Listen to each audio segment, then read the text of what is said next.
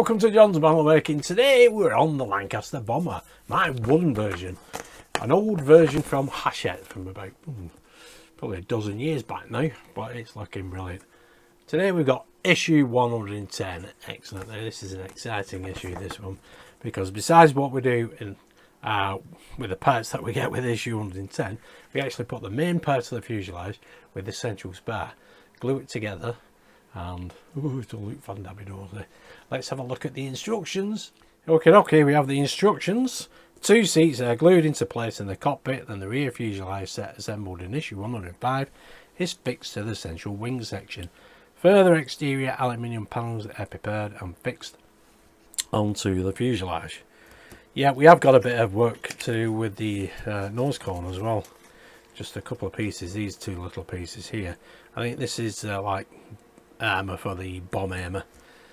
There we go. So we put that piece into place. I have already cut that out and riveted it and painted it.